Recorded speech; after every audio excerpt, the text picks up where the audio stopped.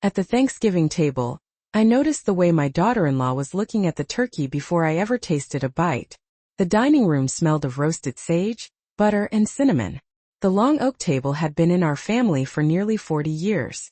I had polished it myself that morning, running a soft cloth over every inch until it reflected the warm light from the chandelier above. I had woken up at 5:30 a.m. to start cooking. The turkey was 22 pounds. I rubbed it with butter the way my late husband, Harold, used to like. I mashed 10 pounds of Yukon Gold potatoes. I baked 3 pumpkin pies from scratch. I even made cranberry sauce the old-fashioned way. Simmered slowly in a heavy saucepan until the berries burst open like tiny red lanterns. At 71, I move slower than I used to. My knees ache. My hands cramp if I chop too long. But I told myself it was worth it. Thanksgiving has always been my holiday. Then, just as everyone was seated, my son Daniel at the head of the table, my 2 grandsons elbowing each other over the dinner rolls, and my daughter-in-law Melissa adjusting her silk blouse, I heard it. She lifted her fork, poked the stuffing, and said loudly enough for everyone to hear, "You think this is edible? It's trash." For a moment, I wasn't sure I'd heard correctly. The room went quiet. Not loud quiet. The kind of quiet where people keep chewing but stop looking at each other. Melissa leaned back in her chair and waved her hand in front of her face as if the air itself offended her. "It's dry," she added. "Honestly, I don't know how you've been cooking this long and still can't get it right." I felt something warm land on my cheek. It took me half a second to realize she had flicked a piece of stuffing toward me.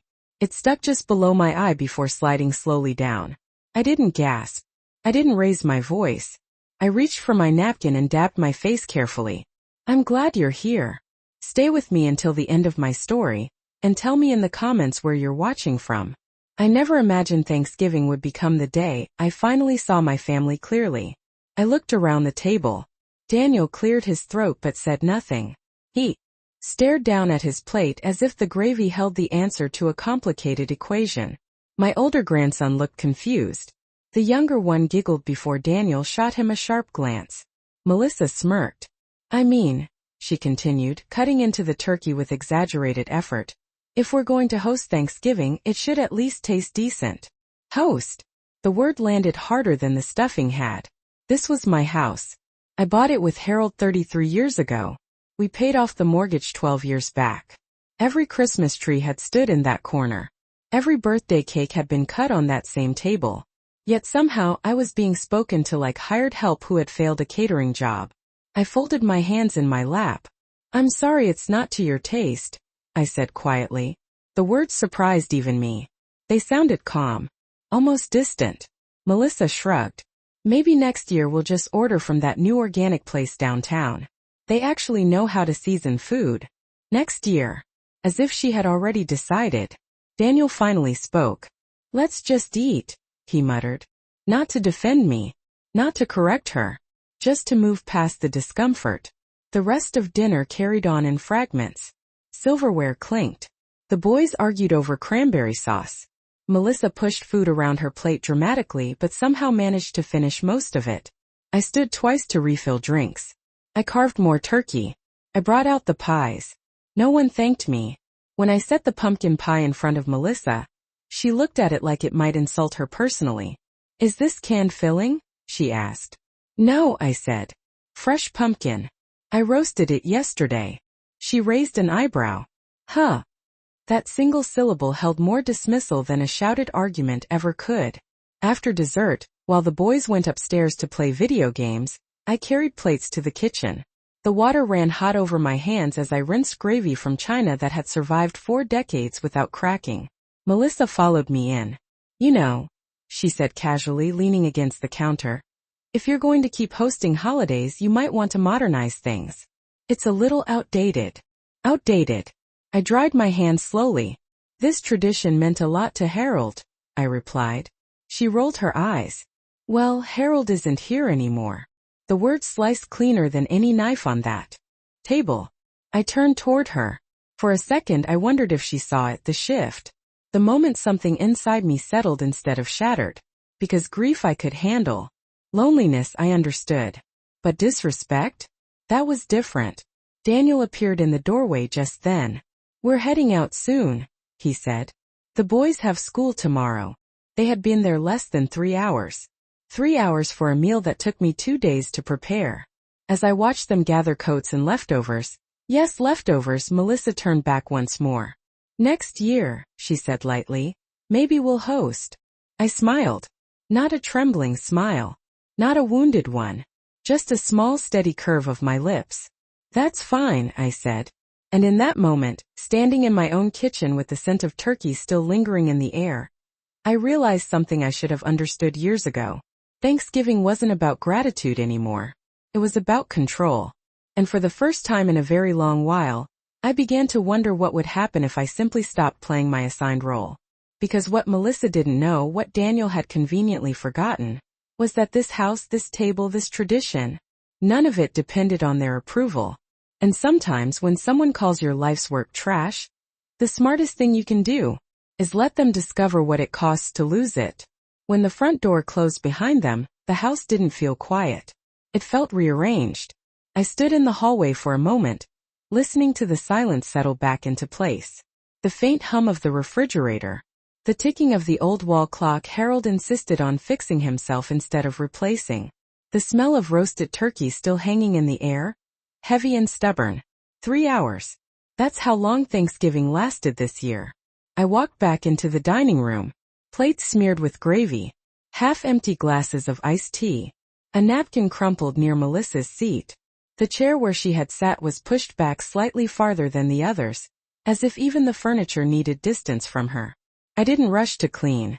At my age, rushing is a choice, not a necessity. I lowered myself into my seat at the head of the table, the seat I've taken every Thanksgiving since Harold passed, and folded my hands. My knuckles are more prominent now, skin thinner, veins visible. I stared at the turkey carcass on the platter. It's trash. The words replayed calmly in my mind. Not loud, not dramatic, just there. I've been called many things in my life. Too traditional, too careful, too stubborn, but never incompetent in my own kitchen. Not until Melissa. I gathered the plates slowly, stacking them with the same care I used when Daniel was a boy, and I didn't want to wake him after a long day of school. The china clinked softly as I carried it to the sink. Warm water. Dish soap. Routine. Routine is a powerful thing. It keeps you steady when emotions try to pull you somewhere reckless. As I washed, I thought about the first Thanksgiving Melissa attended. She had brought a store-bought pecan pie. I remember telling her how thoughtful it was. I remember asking about her job, her parents, her favorite traditions. She had been polite then. Slightly distant. But polite. The shift didn't happen overnight. It was small at first. Little comments. You still use canned green beans? You don't have Wi-Fi in the guest room? You really don't believe in refinancing? Always said lightly. Always with a smile that didn't quite reach her eyes. I dried my hands and looked around the kitchen. This house isn't fancy. It's 2,400 square feet. Brick exterior. Hardwood floors that creak near the staircase. The cabinets are original oak. The appliances are newer. Daniel convinced me to upgrade them 5 years ago. But everything else carries history. Every corner holds a memory. Daniel learning to walk between the couch and coffee table. Harold standing exactly where I am now, sneaking a slice of pie before dinner. I leaned against the counter and exhaled slowly. Melissa doesn't see memories. She sees equity. Last spring, she asked how much the house would list for in this neighborhood.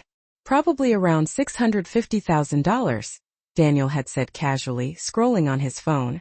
Melissa's eyebrows lifted that day. I remember. I always remember. Back in the dining room, I noticed something else. Melissa had taken the silver serving spoon. Not by accident. It was part of the set Harold's mother gave us when we got married. Real silver. Heavy. Engraved. Maybe she meant to pack it with leftovers. Maybe she didn't. I walked to the front window and watched their car disappear at the end of the street. Daniel hadn't hugged me properly when he left. Just a quick pat on my shoulder. Don't take it personally, Mom, he had murmured. She's just particular about food. Particular. That's a gentle word for humiliation. I turned off the dining room lights and returned to the kitchen. The dishwasher hummed to life. For the first time in years, I didn't feel sad after Thanksgiving. I felt clear. There's a difference. Sadness makes you want to fix things. Clarity makes you stop trying. I poured myself a cup of coffee even though it was already past 7 in the evening. I don't sleep well after holidays anyway. Too much thinking. I carried the mug to the small desk by the window where I keep household paperwork. Bills neatly stacked. Insurance documents. Property tax receipts. I opened the drawer. Inside was a folder labeled Estate. I hadn't looked at it in months. Everything was divided evenly. Daniel listed as sole beneficiary. A simple arrangement. Clean. I traced my finger over his name. When Harold passed, Daniel cried harder than I did. He promised he would always look after me. And in many ways he has. He mows the lawn sometimes. Fixes the gutter when it clogs. Calls once a week. But protection isn't just about maintenance. It's about respect. I closed the folder without opening it fully. Not yet. Outside, a cold November wind rattled the bare branches against the window. The house felt larger than it had that afternoon. Not emptier. Just larger. I thought about Melissa saying, "Next year maybe we'll host." She said it like a favor. I took another sip of coffee. Next year. That gives me 12 months. 12 quiet months. And for the first time since she entered this family, I allowed myself to consider a simple question. What if next year doesn't look the way they expect? Because gratitude isn't something you demand at the table. And tradition isn't something you insult in someone else's home without consequences. I turned off the kitchen light and headed upstairs slowly, my hand gliding along the banister Harold once varnished himself. Melissa called my cooking trash. That was her choice. What I choose next, that will be mine. The next morning, I woke up at 6:10 a.m. out of habit. For 42 years, Thanksgiving meant leftovers for breakfast.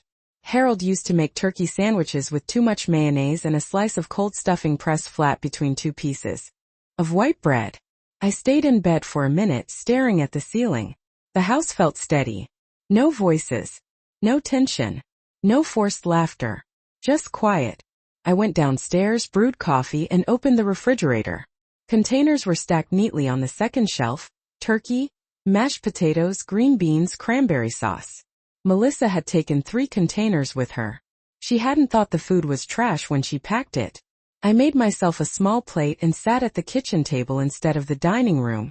Sunlight slipped through the blinds, catching dust in the air. I took one bite of stuffing. It was moist, perfectly seasoned. I nodded once to myself. This wasn't about food. It never was. Around 9:30 a.m. my phone buzzed. Daniel. I let it ring twice before answering. Morning, Mom. His voice sounded careful. Not warm. Not cold. Measured. Good morning, I said. A pause. About yesterday. I waited. You know how Melissa is. She didn't mean to embarrass you. She just has different standards. Different standards. I set my fork down gently. In my home? I asked. Another pause. Longer this time. She just thinks holidays could be more updated. Less traditional. I looked around my kitchen. The oak cabinets. The ceramic bowl that held fruit. The calendar still turned to November. Tradition isn't a flaw, Daniel. I know, Mom. I know. But maybe next year we should rotate hosting. Take some pressure off you. Pressure. It's interesting how quickly disrespect becomes concern when it needs to be softened. I've never complained about the pressure, I said calmly. No, but you're not getting younger. There it was. Not shouted. Not cruel. Just stated like fact. I'm 71. I'm aware of the number. I feel it in my knees when it rains. I see it in the mirror when I pin my hair back. But age does not equal incompetence. I'll think about it, I replied. He exhaled, relieved the conversation hadn't escalated. Good. That's all I'm saying. After we hung up, I remained seated for a while. Last night was humiliation. This morning was repositioning. They weren't apologizing. They were adjusting control. Around noon, I drove to the grocery store. Not because I needed anything urgent. I just needed movement. The store was still carrying Thanksgiving displays. Discounted pies. Bags of cranberries marked down 40%. I ran into Carol from down the street near the dairy aisle. How was your Thanksgiving? She asked cheerfully. Quiet, I said. She smiled. That's sometimes the best kind. I nodded. I didn't mention stuffing thrown across the table. I didn't mention my son's careful tone.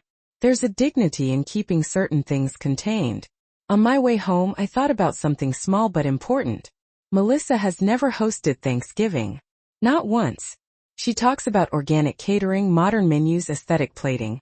But she has never woken up before sunrise to prepare a meal for 8 people. She has never basted a 22-pound turkey every 30 minutes. She has never washed dishes alone after everyone leaves. It's easy to critique effort you've never made. That afternoon, I walked through each room of my house slowly. The living room, the guest bedroom, the hallway bathroom Daniel painted blue when he was 16 and insisted it looked professional. I stopped in the dining room again. The table was clean now. Chairs pushed in neatly. I placed my hand on the surface. For years I thought my role was simple. Cook, host, accommodate, absorb. I excused Melissa's comments because I wanted peace for Daniel. I ignored the eye rolls, the side remarks about my curtains, the suggestions that I downsize. Downsize. Another interesting word. Last month, she sent me a listing for a retirement condo 20 miles away. Just something to consider, she wrote in the text. I didn't respond, because here's what I've learned at my age. When someone repeatedly suggests you move, step back, modernize, rotate, update, they aren't trying to improve your life. They're trying to reposition themselves inside it. That evening, I opened the estate folder again.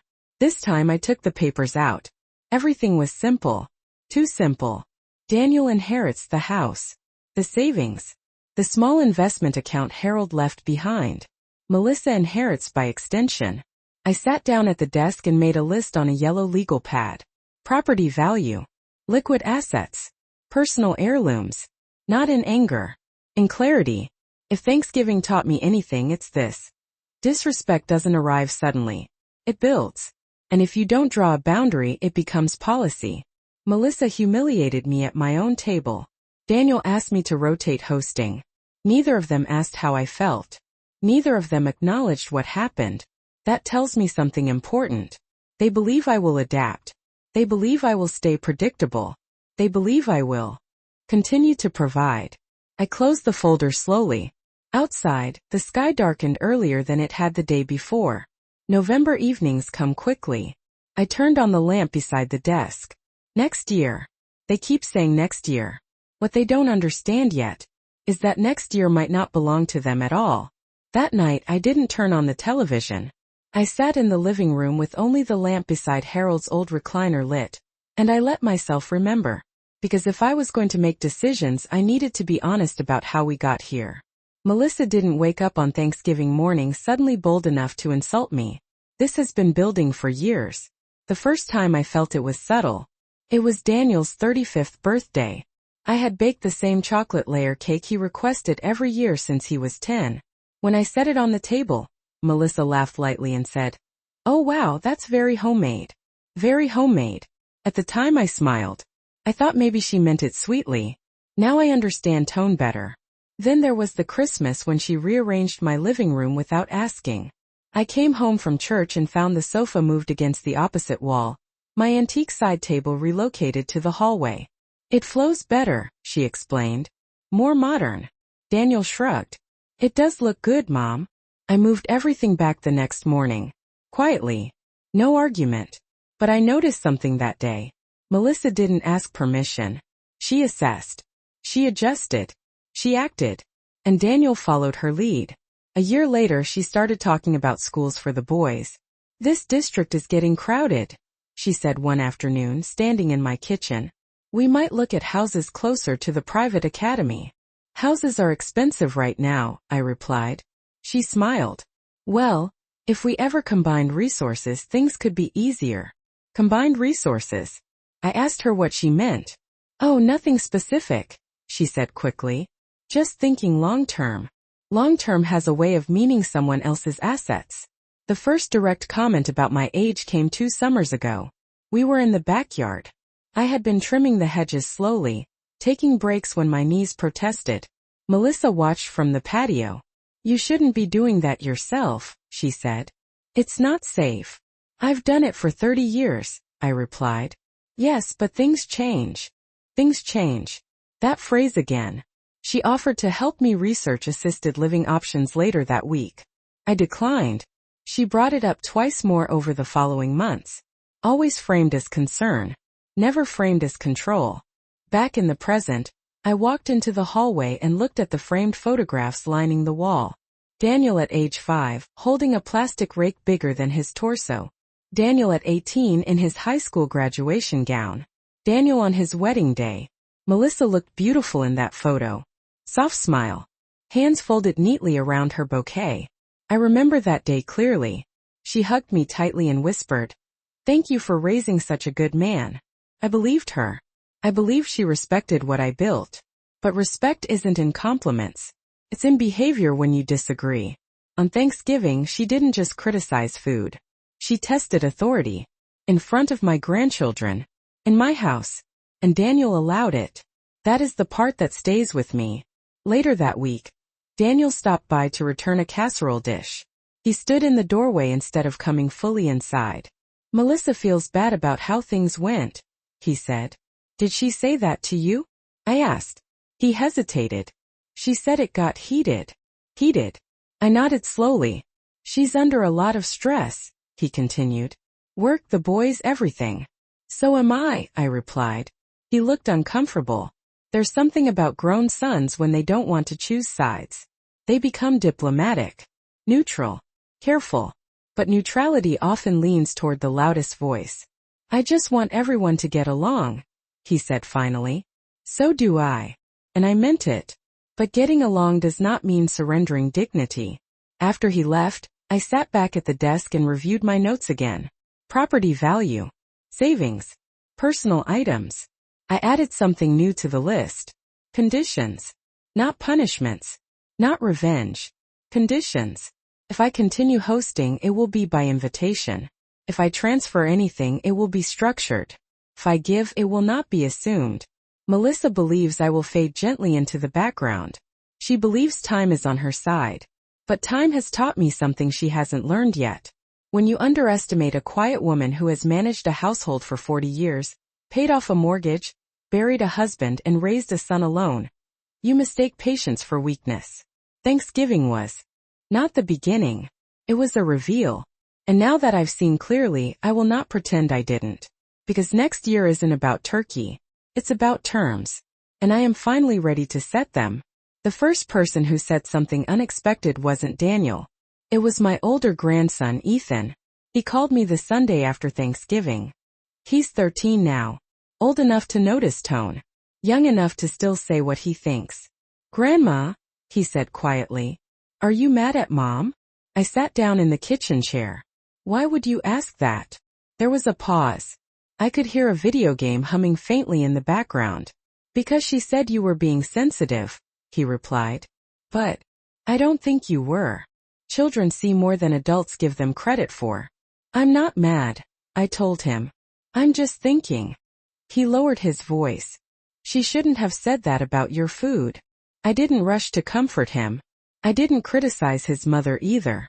"I appreciate you saying that," I replied. He hesitated again. "Dad told her to stop later. In the car." That caught my attention. "He did." "Yeah." They argued. I leaned back slowly. That was the first crack I hadn't seen. After we hung up, I felt something shift. Not triumph. Not satisfaction. Information. Information changes posture. Melissa may dominate a dinner table. But that doesn't mean she controls every conversation afterward. A few days later, my neighbor Carol knocked on my door with a container of leftover pumpkin bread. "I made too much," she said, stepping inside. We sat at the kitchen table. I poured coffee. She studied my face for a moment. "Something happened last week." It wasn't a question. I smiled slightly. "Family dynamics." She nodded. "My sister-in-law tried to push my mother out of her own house once. Started small. Comments about safety, upgrades, downsizing. The word again. Did it work?" I asked. Carol shook her head. "My mother put the house in a trust before anyone could pressure her." Trust. I let that word settle. Carol continued. "When money and property are involved, People show their long-term plans early. You just have to listen. After she left, I went back to my desk and opened my laptop. I didn't search emotionally. I searched practically. Estate planning in Texas. Revocable living trust. Property protection for seniors. Simple steps. Structured options. Legal clarity. Nothing dramatic. Just organized. 2 days later, Daniel stopped by again. This time he came inside fully. Sat at the kitchen table. Melissa wasn't with him. She thinks you're icing her out, he said. I've been quiet, I replied. That's what I mean. I looked at him carefully. Daniel, did you tell her what she did was unacceptable? He ran a hand through his hair. I told her she shouldn't have said it like that. Like that. He exhaled. Mom, you know how strong her personality is. I folded my hands. And you know how strong mine is, I said calmly. He didn't answer. After a moment he added, she just feels like you don't see her as an equal in this family. Equal. Interesting. I welcomed her into this house, I said. I watched her children. I helped with their down payment 3 years ago. His eyes lifted quickly. That was a gift. Yes, I said softly. It was. Silence settled between us. That down payment, $40,000 from my savings, was something I had never mentioned again. Not as leverage. Not as reminder. But equality doesn't erase history. Are you planning something? Daniel asked suddenly. The question was too direct to ignore. Planning what? I don't know. You seem different. Clarity does that. I'm planning to make sure everything is organized, I said. For the future. He leaned back slowly. You don't need to do anything drastic. Drastic. Another revealing word. I'm not doing anything drastic, I replied. I'm doing something responsible. He nodded, but his jaw tightened. He left shortly after that. That evening, I drove to an attorney's office 15 minutes away. I didn't make a scene. I didn't tell anyone. I scheduled a consultation for the following Tuesday. Not because I want revenge. Not because I'm angry. Because Thanksgiving showed me something clearly. Melissa isn't reacting impulsively. She's positioning. And Daniel, whether he realizes it or not, is being pulled into her long-term plans. If I wait until next year, it will be too late to negotiate terms. If I act now, I control the structure. Later that night, I stood in the dining room again. The table looked the same as it had before Thanksgiving. But I didn't. There's a difference between enduring disrespect and documenting it. Between absorbing pressure and preparing boundaries. Ethan saw it. Carol recognized it. Daniel feels it. Melissa may not yet. But she will. Because when someone assumes you will always host, always fund, always accommodate, they don't expect you to quietly rewrite the rules. And I am very close to doing exactly that. The attorney's office was smaller than I expected. Brick exterior. Frosted glass door. A brass plaque that read, Anderson and Cole Estate Planning and Probate. I arrived 10 minutes early. At 71, I've learned that punctuality is a quiet form of control. The receptionist offered me water. I declined and folded my hands in my lap while I waited. The room smelled faintly of paper and lemon polish. When Mr. Anderson called my name, he didn't rush. He looked at me the way professionals do when they understand you're not there by accident. How can I help you today, Mrs. Whitmore? I appreciated that he used my married name. I'd like to review my estate plan, I said. Specifically regarding property protection. He nodded and opened a folder. Is there a change in family circumstances? There it was. I didn't mention stuffing. Or Thanksgiving. Or the word trash. I'd like to make sure my home remains under my control, I replied. And that any future transfers are structured. Structured. He leaned back slightly. Are you concerned about pressure from family members? I met his eyes. I'm concerned about assumptions. That seemed to satisfy him. He explained options calmly. A revocable living trust. Conditional distributions. Staggered access to assets. Legal language that protects ownership while I'm alive and outlines very specific terms after I'm gone. Nothing emotional. Just precise. If you'd like, he said.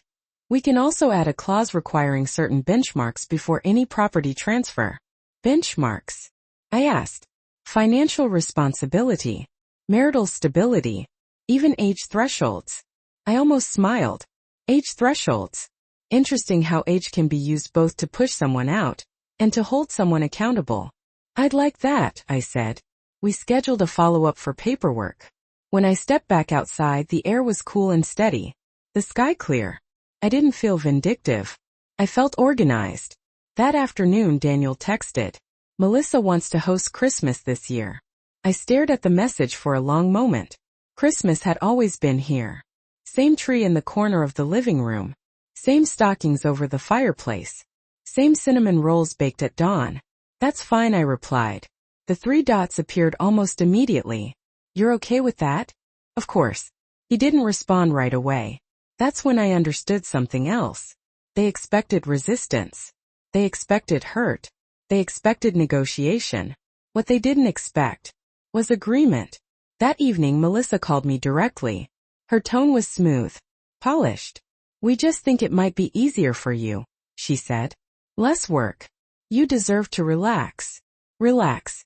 I walked slowly through my dining room as she spoke, my hand brushing the back of each chair. "I appreciate the thought," I said evenly. "And maybe," she continued, "we can start making holidays more balanced, more modern." Balanced. There's that word again. "Just let me know what time you'd like us to arrive," I replied. There was a pause on her end. No pushback. No argument. No defense. Just calm. "Okay," she said finally. After we hung up, I didn't sit down immediately. I stood in the center of the room and looked at the table. For years, hosting meant validation. If they showed up, if they ate, if they stayed long enough, then everything was fine. But removing yourself from a role reveals something powerful. If Melissa wants to host, she will carry the weight. She will cook. She will coordinate. She will clean. And everyone will watch. 2 days later, Ethan texted me. "Grandma, are you coming for Christmas?" Of course, I replied. Mom seemed stressed. I didn't answer that part. Instead, I asked him about school. Because stress reveals cracks. And I am no longer interested in covering them with tradition. On Tuesday, I returned to the attorney's office to sign preliminary documents. Nothing drastic yet.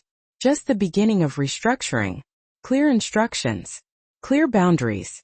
Clear authority. When I left, I placed the folder carefully in my purse. Not hidden. Not dramatic. Just secured. That night, Daniel called again. "You seem different lately," he said. "How so?" "Calmer." I smiled faintly. "Maybe I am." He hesitated. "You're not upset about Thanksgiving anymore?" I thought about that. "No," I said truthfully. "I'm not upset." And I wasn't. Because anger is loud. Preparation is quiet. Melissa believes moving Christmas to her house shifts the balance. She believes hosting equals influence. She believes stepping into my role means replacing it. But she doesn't understand something yet. I am not stepping aside. I am stepping back. And when you step back, you see the full board. The house is still in my name. The assets are still under my control. The traditions may move locations. But authority doesn't transfer with a casserole dish. Christmas is 3 weeks away. For the first time in years, I'm not planning a menu. I'm planning terms. And sometimes the strongest move a woman can make is letting someone else think they've won. December arrived quietly. No one asked me what I was cooking. No one asked for my pie recipe. No grocery lists were discussed over the phone. Melissa sent a group text instead. "Christmas at our place. 2 p.m. casual dress. We'll handle everything." Everything. I read it twice. There was no "Mom, would you like to bring something?" No "What do you usually make?" Just a declaration. I responded with a simple thumbs up. Daniel called later that evening. "She's excited," he said. "I'm sure she is. She wants to prove she can host." Prove. That word mattered. To who? I asked calmly. There was a short silence. "I don't know," he admitted. "Maybe everyone." I let that sit. The following week, Ethan came by after school. Daniel had asked if I could watch him for a couple of hours while they attended a work event. Of course. Some roles don't change. Ethan dropped his backpack near the stairs and headed straight for the kitchen. "Mom's been practicing recipes," he said. opening the refrigerator without asking. She's stressed. I sliced an apple for him. Hosting can be a lot of work, I replied. She said she's tired of people thinking she can't do it. People. I didn't ask who those people were, but I had a feeling. Later, while he worked on homework at the dining table, he looked up at me. Grandma, are you giving the house to Dad? Children ask questions adults avoid. I haven't decided, I answered honestly. He nodded slowly. Mom talks about it sometimes. My hand stilled on the dish towel. What does she say? That it makes sense. Because it'll be his eventually anyway. Eventually. That word again. I kept my voice steady. Does she say that when your dad is there? Sometimes. He went back to writing. I stared at the Christmas wreath hanging on my front door. Eventually. There's a subtle confidence in planning around someone else's timeline. That evening after Ethan left, I opened my laptop again.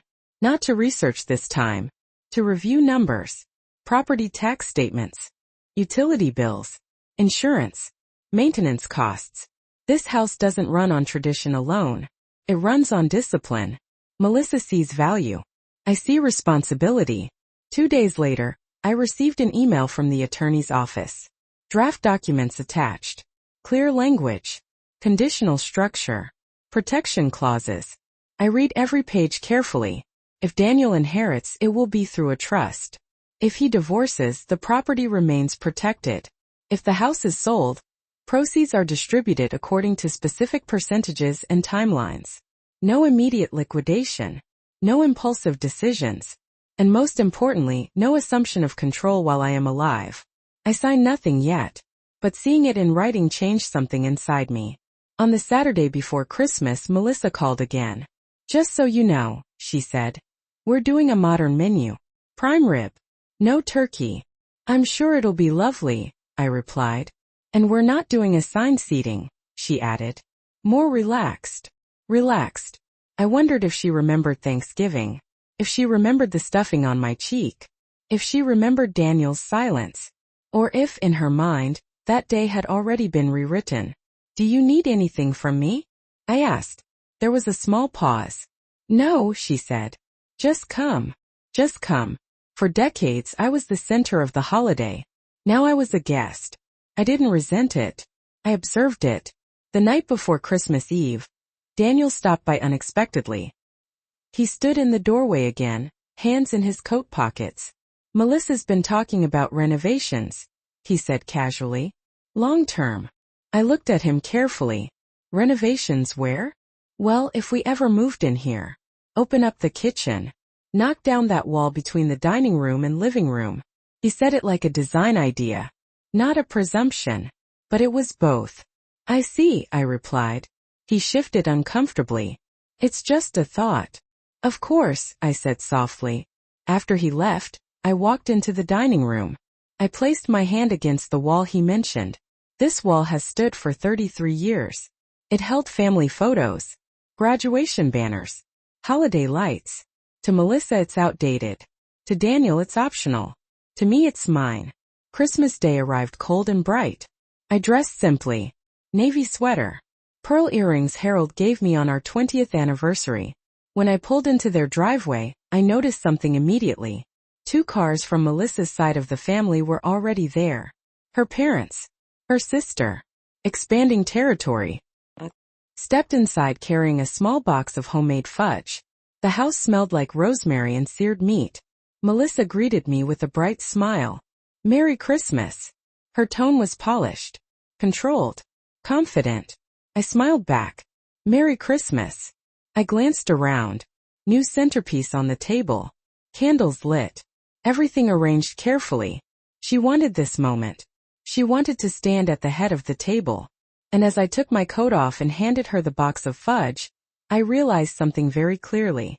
She believes hosting Christmas means she has stepped into my place. She believes Thanksgiving was a turning point. She believes I'm slowly stepping aside. What she doesn't know is that while she's been planning menus and seating charts, I've been planning permanence. And permanence always outlasts performance. Christmas dinner was louder than Thanksgiving. Not chaotic. Just layered. Melissa's parents filled the room with easy laughter. Her sister moved confidently through the kitchen, opening cabinets like she already knew where everything belonged. The boys ran between the living room and hallway, new socks sliding on polished floors. I stood near the dining table for a moment before sitting down. No assigned seating, she had said. But somehow the head of the table was already taken. Melissa sat there, carving the prime rib with deliberate care. Daniel stood beside her, refilling glasses. Her father offered commentary about oven temperatures and meat thermometers. It was a performance, and she was centered in it. I chose a seat halfway down the table. Not hidden, not prominent. Observing. "Mom, try this," Daniel said, placing a slice of meat on my plate. "Melissa found the recipe online. It's dry-aged." Dry-aged. I took a bite. "It's very tender," I said honestly. Melissa smiled tightly. "We wanted to do something elevated this year." Elevated. That word again. As dinner continued, I noticed small things. Her mother complimented the centerpiece 3 times. Her sister asked if they planned to expand the space eventually. Daniel laughed. "We've talked about knocking down a wall at Mom's house if we ever move there." He said it casually, like he was discussing paint colors. The table went quiet for half a second. Not long, but long enough. Melissa didn't look at me. She kept carving. Her father nodded approvingly. Open concepts are better for entertaining. Entertaining. I sipped my water slowly. No one asked me how I felt about walls. Being removed from a house still in my name. After dessert, store-bought cheesecake plated carefully with raspberries, Melissa stood and tapped her glass lightly. "I just want to say," she began, smiling at the table, "how grateful I am that we're starting new traditions." New traditions. Daniel wrapped an arm around her waist. Her mother clapped softly. I folded my napkin neatly on my plate. Later, while the others gathered in the living room to exchange gifts, Ethan slipped into the kitchen where I stood rinsing a coffee cup. "You okay?" he asked quietly. "I'm fine," I said. He hesitated. "Mom really wants this house someday." I dried the cup slowly. "I know. She says it makes sense because you're alone." Alone. Such a small word. So easy to use as justification. "I'm not alone," I said gently. "I have my own life." He nodded, but his expression was thoughtful. Before we left that night, Melissa hugged me. A firm hug. Polite. "See," she whispered near my ear. "Isn't it easier this way?" I smiled. "Yes," I said. It was easier. For her. On the drive home, the streets were quiet. Christmas lights blinked from rooftops. Inflatable snowmen leaned slightly in the wind. When I walked into my house, the silence felt different than it had after Thanksgiving. Not rearranged. Anchored. I turned on the lamp in the living room and stood still for a moment. They believe hosting equals ownership. They believe repetition creates inevitability. The Christmas happens there this year and maybe again next year. Then slowly, psychologically, this house becomes future space. I sat at my desk and opened the folder from Mr. Anderson. The documents were ready for final signatures. Clear clauses. Clear protections. A trust that keeps the house under my authority for as long as I am alive and mentally competent. A structure that prevents immediate sale without specific conditions. And an additional clause: if I choose to gift occupancy rights, they are revocable. Revocable. I signed my name slowly. Not angrily. Not dramatically. Just firmly. The pen didn't shake. Afterward, I placed the signed documents back into the folder. Tomorrow I would return them. No announcement. No warning. Because strategy works best when it's quiet. Melissa believes she shifted the center of gravity this Christmas. She believes the family table has moved. But tables can move without transferring ownership. Traditions can relocate without transferring control. And homes belong to the name on the deed. As I turned off the lights and headed upstairs, I paused in the hallway and looked at the framed wedding photo again. Melissa smiling brightly. Daniel looking proud. I don't dislike her. I don't even hate what she did at Thanksgiving. What I dislike is presumption. And presumption has a way of collapsing when it meets paperwork. By the time next Thanksgiving arrives, things will look the same on the surface. But underneath, the foundation will be entirely different. And this time I will be the only one who knows exactly how different it is. I delivered the signed documents to Mr. Anderson the week after Christmas. No ceremony. No announcement. Just a quiet exchange across a polished wooden desk. He reviewed the pages carefully, nodding once as he reached the final signature. Everything will be filed by Friday, he said. You'll receive certified copies next week. Thank you, I replied. Would you like to inform your family now or later? I considered that. Later, I said. He gave a small knowing smile. Some things don't need to be rushed. When I stepped outside, January air cut sharper than December's had. The holidays were over. Decorations coming down across the neighborhood. Plastic reindeer deflated on front lawns. Seasons change quickly after Christmas. So do dynamics. A few days later, Melissa sent another group message. We're thinking of doing Easter here too. Starting a rhythm. A rhythm. Daniel followed with a thumbs up. I didn't respond immediately. I waited an hour. Then I wrote, that sounds lovely. Because agreement is disarming. 2 weeks later, Daniel stopped by again. This time he walked straight into the kitchen without knocking. He used to do that as a teenager. Melissa's parents are refinancing, he said, opening the fridge like he still lived here. Rates are decent again. That's good for them, I replied. He leaned against the counter. We've been talking about long-term planning, he continued. Building equity. Stability for the boys. I dried my hands on a towel. Stability is important. He hesitated. If, eventually, we moved in here, it would help a lot. Eventually again. I see. We'd help with bills, of course. And renovations. Renovations. He said it gently this time. Like a favor. I looked at him carefully. Daniel, I asked, do you believe this house is already yours? His eyes widened slightly. No. I just assumed assumption. There it is again. You assumed, I repeated softly. He shifted his weight. It's natural, Mom. I'm your only child. That doesn't make anything automatic. Silence stretched between us. For the first time he looked uncertain. That was new. That evening I pulled out the certified copy of the trust from my desk drawer. Clean stamp. Official seal. Everything clearly outlined. The house is held in trust. I retain full control during my lifetime. Any transfer requires written conditions. If Daniel predeceases me or divorces, protections activate. If the property is sold, proceeds are structured. No immediate takeover. No eventually without boundaries. I didn't feel powerful reading it. I felt protected. A week later, Melissa invited me to coffee. Just the two of us. We met at a cafe halfway between our houses. Neutral territory. She arrived wearing a tailored coat and carrying a leather planner. Confident. I wanted to clear the air, she said after ordering. I'm listening. She folded her hands. I think we've both been adjusting. Transitions are hard. Transitions. You stepping back from hosting. Us stepping up. Stepping up. I nodded slightly. I respect everything you've done, she continued. But families evolve. Yes, I said. They do. She smiled, thinking we agreed. We just want to make sure the future is smooth, she added. No surprises. No surprises. I held her gaze. The future will be very smooth, I said calmly. She seemed satisfied with that answer, because she heard reassurance. What she didn't hear was structure. When we stood to leave, she hugged me lightly. I'm glad we talked, she said. So am I. Driving home, I realized something important. Melissa isn't reckless.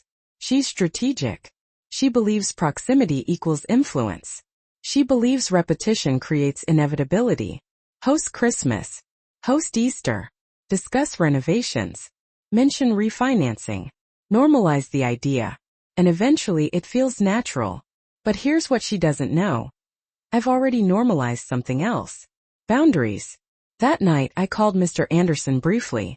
One more question, I said. If I choose to allow temporary occupancy, can it include performance clauses? Yes, he replied. We can add behavioral conditions. Behavioral. Interesting. Let's discuss that at our next review, I said. When I hung up, I felt something settle fully into place. Thanksgiving was humiliation. Christmas was performance. January is clarity. Melissa believes she is preparing for the future. Daniel believes things will fall into place naturally. But futures don't just fall. They are built. And foundations matter. By the time Easter arrives, they will think the rhythm is steady. Hosting rotating. Conversations flowing. Plans aligning. But underneath that rhythm, the ownership, the authority, the decision-making will rest exactly where it always has. With me. And this time when assumptions surface again, they won't meet silence. They'll meet terms. The week after my dinner with Daniel, the air in our conversations felt thinner. Careful. Measured. He didn't bring up renovations again. He didn't mention eventually. But Melissa did. Not directly. Strategically. She invited us over for a Sunday lunch in early May. Just immediate family this time. No parents. No sister. No audience. When I arrived, the dining table was set simply. No elaborate centerpiece. No performance. Melissa greeted me with a polite smile. We're keeping it low-key today, she said. Low-key. That usually means something is coming. After we ate, Daniel cleared the plates while Melissa stayed seated. She folded her hands on the table and looked at me directly. We need to talk about the future, she said. There it was. Daniel returned to the table but didn't sit immediately. He leaned against the counter instead. I think clarity is important, Melissa continued. Especially when it comes to property. Property. Not family. Not relationships. Property. I agree, I said calmly. She seemed slightly thrown by that. We just want to understand where we stand, she added. So we can plan responsibly. Responsible. I nodded once. You stand exactly where you've always stood, I replied. As my son and daughter-in-law. Daniel shifted his weight. Melissa's jaw tightened slightly. That's not what I mean, she said. I mean the house. Of course she did. The house is secure, I answered. In whose name? She asked, though I could tell she already knew. In a trust, I said evenly. Daniel's eyes flickered toward me. Melissa blinked. A trust? She repeated. Yes. The room felt very still. For tax reasons? She asked carefully. For protection, I replied. Protection from what? She pressed. From assumptions. Daniel inhaled sharply. Melissa leaned back in her chair. So you don't trust us, she said quietly. I trust behavior, I repeated. Silence settled over the table. Melissa's voice lost some of its polish. We've done nothing wrong. I held her gaze. On Thanksgiving, I said calmly, you called my food trash. In my home. In front of my grandchildren. Daniel closed his eyes briefly. Melissa's cheeks flushed. That was months ago, she said quickly. And you're still holding on to it? I'm not holding on to it, I replied. I responded to it. There's a difference. She opened her mouth to argue, then stopped. Daniel finally sat down. Mom updated her estate plan, he said quietly. It's structured. Melissa turned to him. You knew. I know now, he replied. Her expression shifted from frustration to calculation. What does structured mean? She asked. It means, I said gently, that the house remains under my control. Any future transfer has conditions. Conditions, she repeated. Yes. Like what? Stability. Responsibility. Legal clarity. She stared at me. So we have to prove something? No, I said. You simply have to respect something. Daniel looked between us. This isn't about money, he said softly. It never was, I replied. It was about tone. About posture. About presumption. Melissa's voice sharpened. We've been planning our future around this house. There it was. Planning. Around. This house was never offered, I said calmly. But it's logical, she insisted. You're alone. It's too big for one person. Alone again. Too big again. I didn't raise my voice. I am not a placeholder, I said evenly. And this is not temporary housing waiting for transfer. Daniel swallowed. Melissa pushed her chair back slightly. So what happens now? She asked. Nothing dramatic, I replied. You live your life. I live mine. The future unfolds responsibly. That's vague, she said. It's structured, I corrected. For a moment no one spoke. Then Daniel did something unexpected. Melissa, he said quietly, we shouldn't have assumed.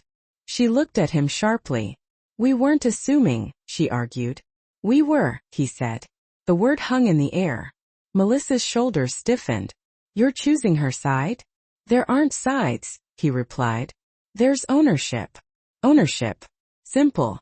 Clean. Final. Melissa's expression hardened for a second. Then it shifted. Controlled again. Well, she said coolly, I suppose we'll adjust. Adjust. I stood slowly. That's all I've done, I said. No anger. No threat. Just fact. When I left their house that afternoon, the sky was bright and cloudless. Nothing had exploded. No one had shouted. But something irreversible had happened. The illusion of inevitability was gone. They now knew. The house is not a countdown clock. It is not a reward waiting to be collected. It is not a space to redesign in advance. It is mine. And for the first time since that Thanksgiving table, Melissa understood that performance does not override paperwork. And Daniel understood that silence does not equal surrender. The rhythm she tried to establish has changed. Not loudly, not dramatically, but permanently. And from this point forward, any future conversation will begin on terms that are no longer assumed. They are defined. After that Sunday lunch, something subtle changed. Not in the paperwork. Not in the structure. In the tone. Melissa didn't text the group chat for a week. No holiday planning. No future discussions. No gentle references to renovations. Silence can mean many things. Sometimes it means retreat. Sometimes it means recalculation. Daniel called me the following Thursday evening. I think we needed that conversation, he said. We did, I replied. He sounded tired but clearer. She didn't expect you to be that firm. I wasn't unkind, I said. No, he admitted. You weren't. That matters. Firm and unkind are not the same thing. Over the next few weeks I noticed small adjustments. When Daniel came by to fix a loose porch railing, he asked before entering. When Melissa sent pictures of the boys' school awards, she included me without commentary. Neutral. Balanced. Respectful. Not warm. But stable. Then in late June, something unexpected happened. Melissa asked if she could come over alone. Not for coffee in a public place. Not for lunch with Daniel present. To my house. I agreed. She arrived on a Tuesday afternoon wearing a simple blouse and no visible armor. No leather planner. No polished tone. Just quiet. I invited her into the living room. We sat across from each other.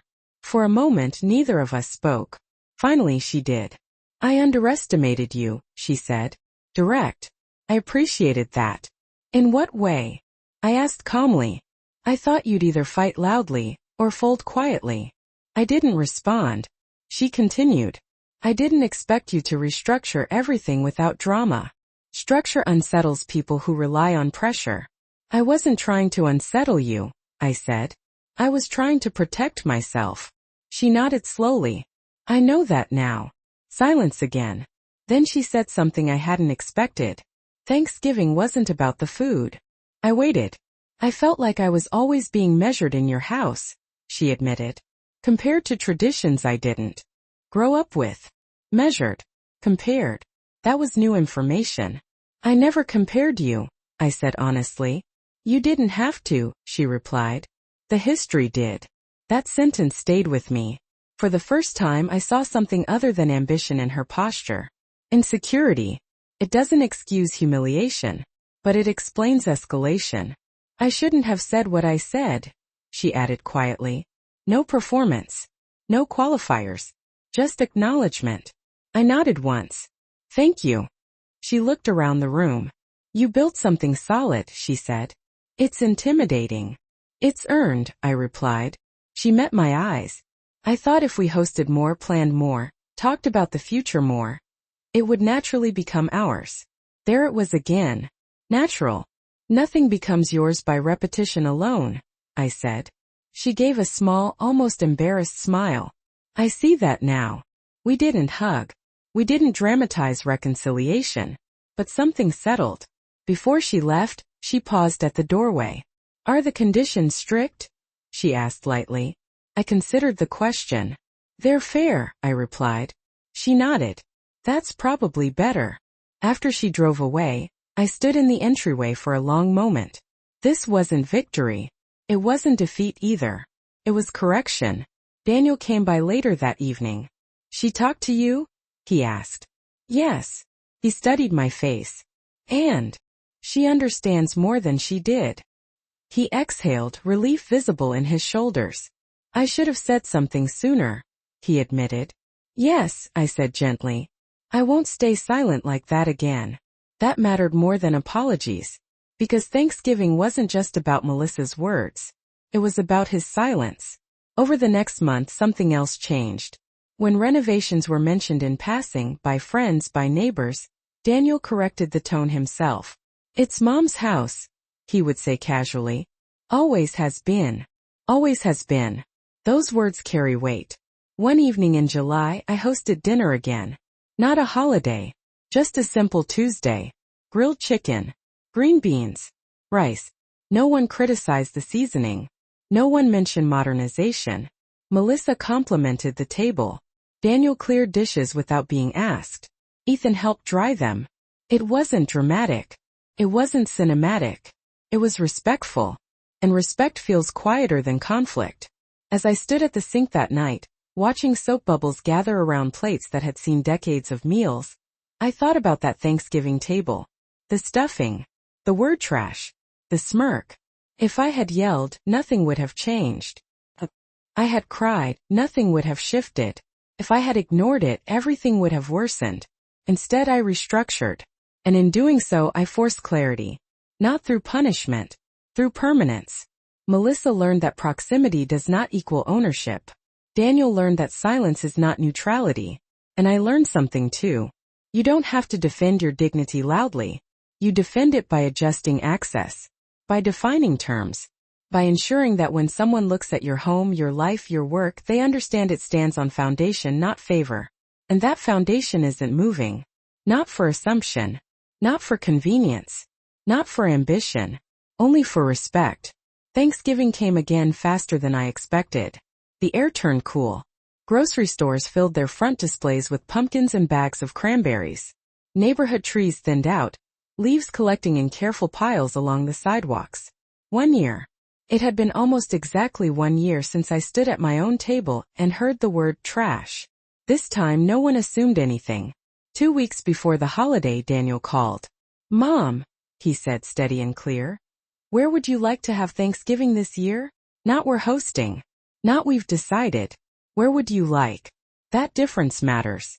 I'll host, I said calmly. A pause. Then, okay. No negotiation. No correction. Just respect. Melissa texted me the next day. What can I bring? I looked at that message for a long moment. 12 months ago, she had dismissed my cooking in front of everyone. Now she was asking for instructions. Bring whatever you'd like, I replied. And come hungry. The morning of Thanksgiving, I woke at 5:30 a.m. again. Not because I had to prove anything. Because I wanted to. I buttered the turkey the way Harold liked. I mashed potatoes. I set the table with the same silverware. Yes, the same heavy engraved spoon that had quietly returned months earlier without discussion. The dining room looked exactly as it always had. Same wall still standing. Same chandelier. Same oak table polished until it caught the light. But the energy was different. When they arrived, Daniel carried in a casserole dish without being asked. Ethan hugged me first thing. The younger one asked if I needed help with drinks. Melissa stepped into the kitchen slowly. She looked around, taking it in. It smells amazing, she said. Simple. Direct. No edge. Thank you, I replied. The table. Daniel waited until everyone was seated before speaking. Before we eat, he said, clearing his throat. I just want to say I'm grateful for this house. And for you, Mom. For everything you built. The room went quiet. Not tense. Still. Melissa didn't interrupt. She didn't look away. She nodded. And I'm grateful, she added. For traditions that last. That was all. No long speech. No dramatic apology. Just acknowledgement. We ate. The turkey was moist. The stuffing perfectly seasoned. No one commented on modernization. No one critiqued presentation. They simply ate. Halfway through dinner, Ethan grinned at me. "Best stuffing ever," he said loudly. The younger one agreed. Melissa smiled. Not tight. Not forced. Real. After dessert, when plates were being cleared, Melissa stayed behind in the kitchen with me. "I know last year didn't go well," she said quietly. I rinsed a plate slowly. "It didn't," I agreed. "I thought I had to claim space loudly," she continued.